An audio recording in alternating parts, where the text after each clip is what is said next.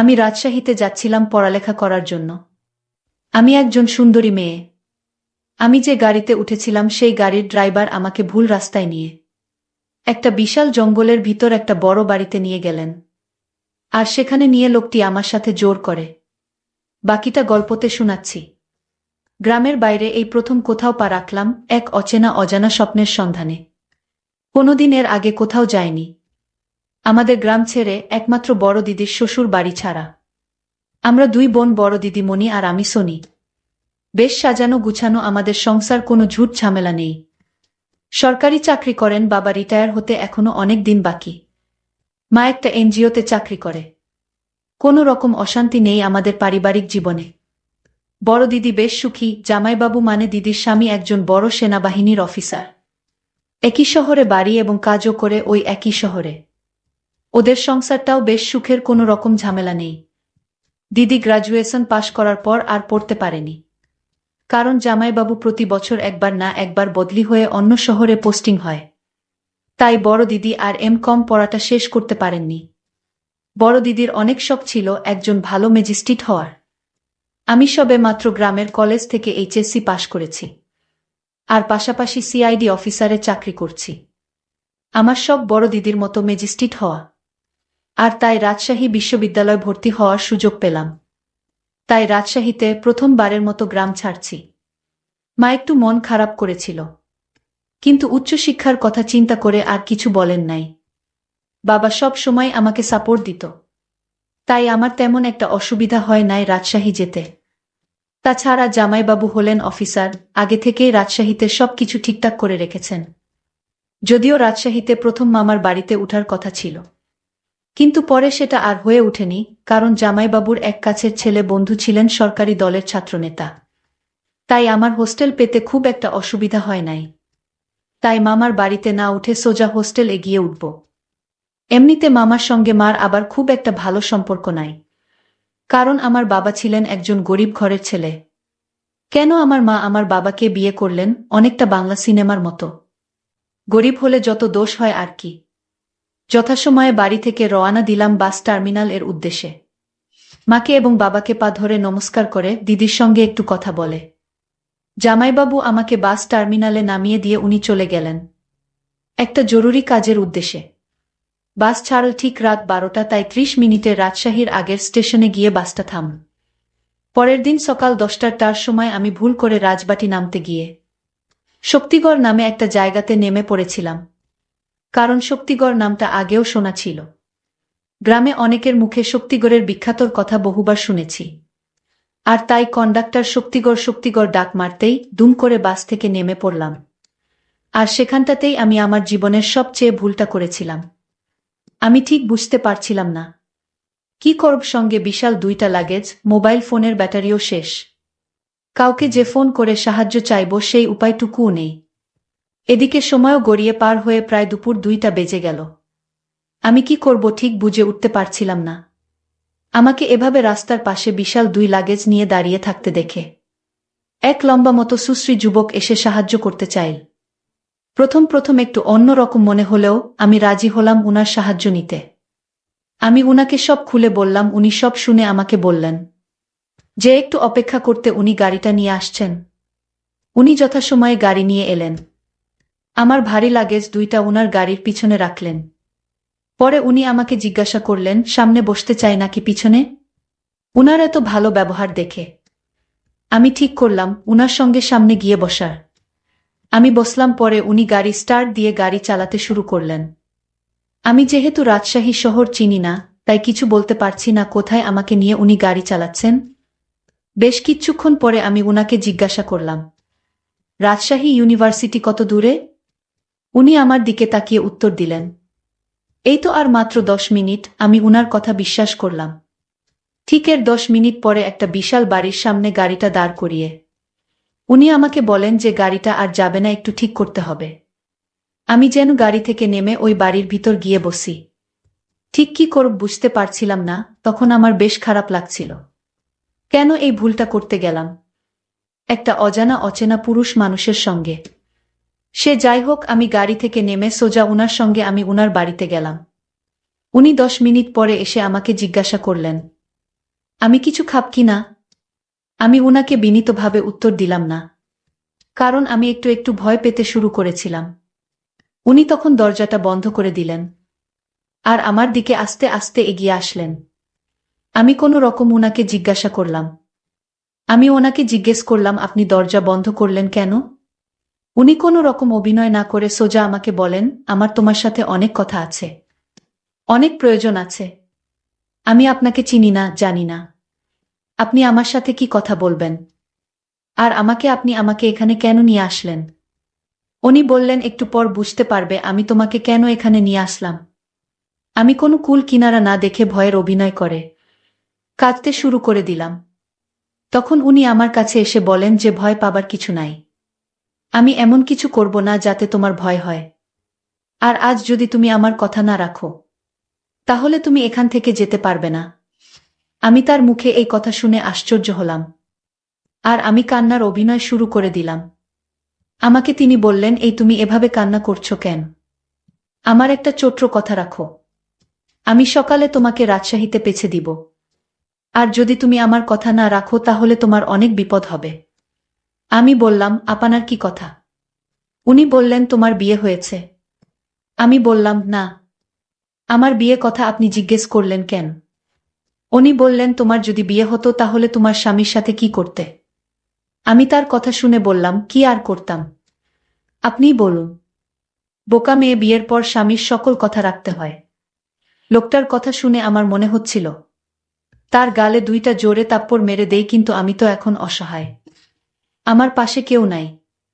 আমি যদি এখন ওনার সাথে খারাপ ব্যবহার করি তাহলে ওনার ঠিক উদ্দেশ্যটা আমি বুঝতে পারবো না। উনি আমাকে জিজ্ঞেস করলেন, কি ভাবছ? আমার কথা কি তোমার কানে যায় না? আমি বললাম, আমি খুব অসুস্থ, সারাদিন গাড়ি করে আসলাম। এখন আমার শরীর অনেক ক্লান্ত।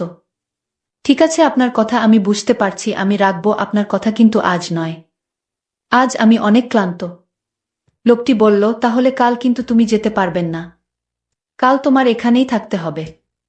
আর তারপর দিন আমি আপনাকে রাজশাহীতে পৌঁছে দিব। আমি তাকে মিথ্যা সান্ত্বনা দিয়ে বললাম, ঠিক আছে, আমি কাল আপনার কথা রাখবা।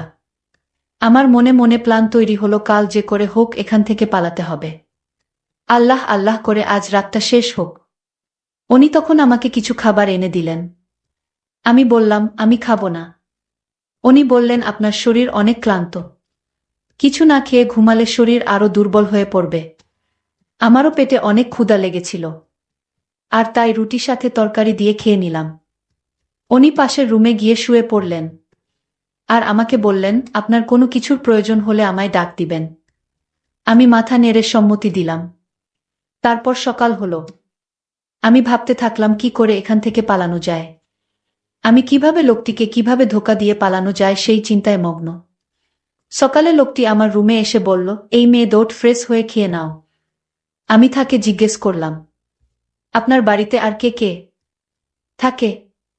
লোকটি বলল, এটা জানার তোমার দরকার নেই। আমি বললাম, ঠিক আছে, আপনি বাহিরে যান, আমি ফ্রেশ হয়ে খেয়ে নিচ্ছি। লোকটি তখন তার রুমে চলে গেলেন। চলে যেতেই আমি ফ্রেশ হয়ে নিজের লাগেজগুলোর ভিতরে কিছু টাকা ছিল, টাকাগুলো নিয়ে নিলাম। তারপর আমি ধীরে ধীরে ঘর থেকে বাহির হলাম। আস্তে আস্তে হাঁটা শুরু করলাম। তারপর আমি দৌড় দিলাম। আমি ভয়ে ভয়ে এখান থেকে পালানোর চেষ্টা করলাম। আমি কিছুক্ষণ যাওয়ার পর আমি কোনো রাস্তা খুঁজে পাচ্ছি না। আমি সামনে গিয়ে দেখলাম বিশাল বড় একটা গেট, আর সেই গেট বাহির থেকে তালা লাগানো। আমি এখন কি করব? আমি এখানে কিভাবে এলাম? আমি তো গাড়ি দিয়ে ভিতরে আসছিলাম, এখন তো বাহির হতে পারছি না। লোকটি আমাকে ঘরে না পেয়ে আমাকে খুঁজতে শুরু করল। লোকটি জানে আমি কোন দিকে আসছি, আর তাই তো উনি আমাকে সহজে খুঁজে বের করে ফেললেন। আর আমায় বললেন, আপনার সাহস তো কম না, আপনি পালিয়ে যেতে চাইছেন। যান, কিভাবে পালিয়ে যাবেন? এখন পর্যন্ত আমার বাংলোতে 25 জন মেয়ে আটক, তারা যেতে পারেনি। আর আপনি চলে যাবেন? যান। যারা আটক আছে তারা 2 বছর যাবত এখান থেকে পালাবার চেষ্টা করলেন, কিন্তু পালাতে পারেনি। আর তুমি কি না এখান থেকে চলে যেতে চাইছ? আমি লোকটির কথা শুনে তার পায়ে ধরে বললাম, আপনি আমার বড় ভাইয়ের মতো, আপনি আমাকে এখান থেকে যেতে দিন। লোকটি তখন হাসি দিয়ে বলল, আমি তো আপনাকে ছেড়ে দেওয়ার জন্য এখানে আনিনি। আপনি যতই চেষ্টা করেন এই বাংলো থেকে পালাতে পারবেন না। আমি আপনাকে খুব সুন্দর করে বুঝিয়ে বলেছিলাম আপনি আমার কথা রাখলে আপনাকে এখান থেকে যেতে দিবা, কিন্তু আপনি তা না করে পালানোর চেষ্টা করছেন। এখন তো আর যেতে পারবেন না, ওই মেয়েদের সঙ্গে তোমার থাকতে হবে। আমাকে তখন বলল, চলুন আমার সাথে, নইলে আমার আসল চেহারা সম্পর্কে আপনার ধারণা নেই।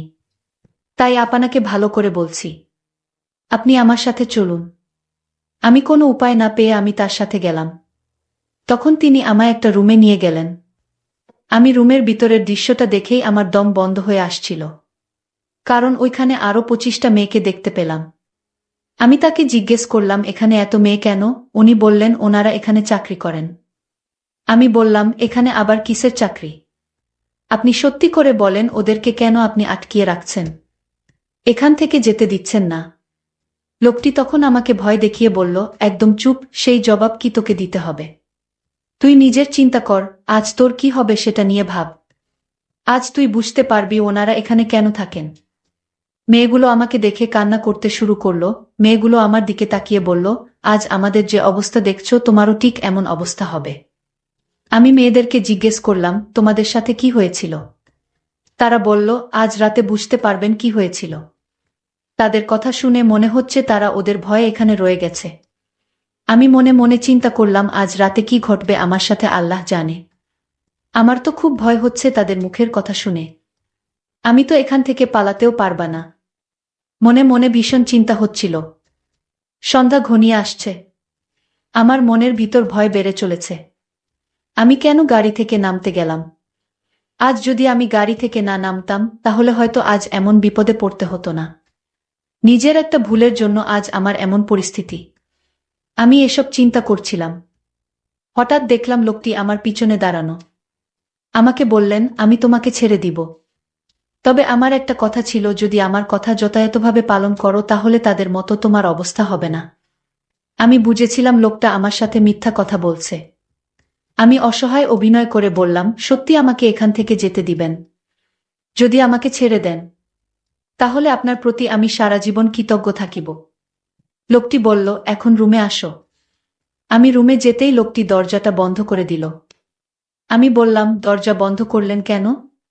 লোকটি বলল, রাতে কি কেউ দরজা খুলে রেখে ঘুমায় নাকি? চোর এসে ঘরের জিনিসপত্র সব নিয়ে যাবে। আমি বললাম, তাহলে আপনি রুম থেকে বের হন। উনি বলল, আমি তো রুম থেকে বের হওয়ার জন্য রুমে আসিনি। আমি লোকটিকে বললাম, আপনি আমায় দয়া করুন, আপনি এখনই রুম থেকে বের হন। লোকটি তখন আমায় বলল, আর একটা কথা বলবি না, একদম চুপচাপ থাকবি। আর আমি এখন যা বলবো তা পালন করবি। আমি লোকটিকে ধমক দিয়ে বললাম, এই তুই আমায় চিনিস? আমি কে? লোকটি বলল, তোকে চিনে আমার দরকার নাই। আমি এখন যা বলবো তা যদি না শুনিস তাহলে এখনই বুঝতে পারবি তোর কি অবস্থা হবে। আমি লোকটি বললাম, শয়তান, তোর চিন্তা কর তোর অবস্থা এখন কি হবে। আমি আমার পকেট থেকে আমার কার্ডটি বের করে দেখালাম। সে আমার কার্ড দেখে চমকে উঠল। তুই হয়তো চিনিস না আমি কে। আমার পরিচয়, আমি একজন সিআইডি অফিসার। আমি এতদিন এখানে যা করেছি, গাড়ি থেকে শুরু করে এই পর্যন্ত, সব আমার অভিনয়। আমি তোর আসল রহস্য খুঁজে বের করার জন্য তোর সাথে নাটক করেছি। লোকটি আমার কথা শুনে বলল, আম্মা, আমায় মাফ করে দেন। আমার কোনো দোষ নেই। ওই রুমে যে মেয়েগুলো বন্দি দেখলেন তা আমি করিনি। আমার বস করেছে। সে প্রতি মাসে মেয়েদের পাচার করে। আমি লোকটিকে বললাম, তোর বসকে আসতে বল। লোকটি তার বসকে আসতে বলল। তার বস আসতে তাকে আমি হাতকড়া পরিয়ে জেলে নিয়ে গেলাম। আর বন্দি মেয়েদেরকে তাদের বাবা মায়ের কাছে যেতে দিলাম। বন্ধুরা, আজকের গল্পটি কেমন লাগলো তা অবশ্যই কমেন্ট করে জানাবেন। আর হ্যাঁ বন্ধুরা, এরকম নতুন নতুন গল্প পেতে আমার চ্যানেলটিকে সাবস্ক্রাইব করে পাশে থাকবেন। ধন্যবাদ।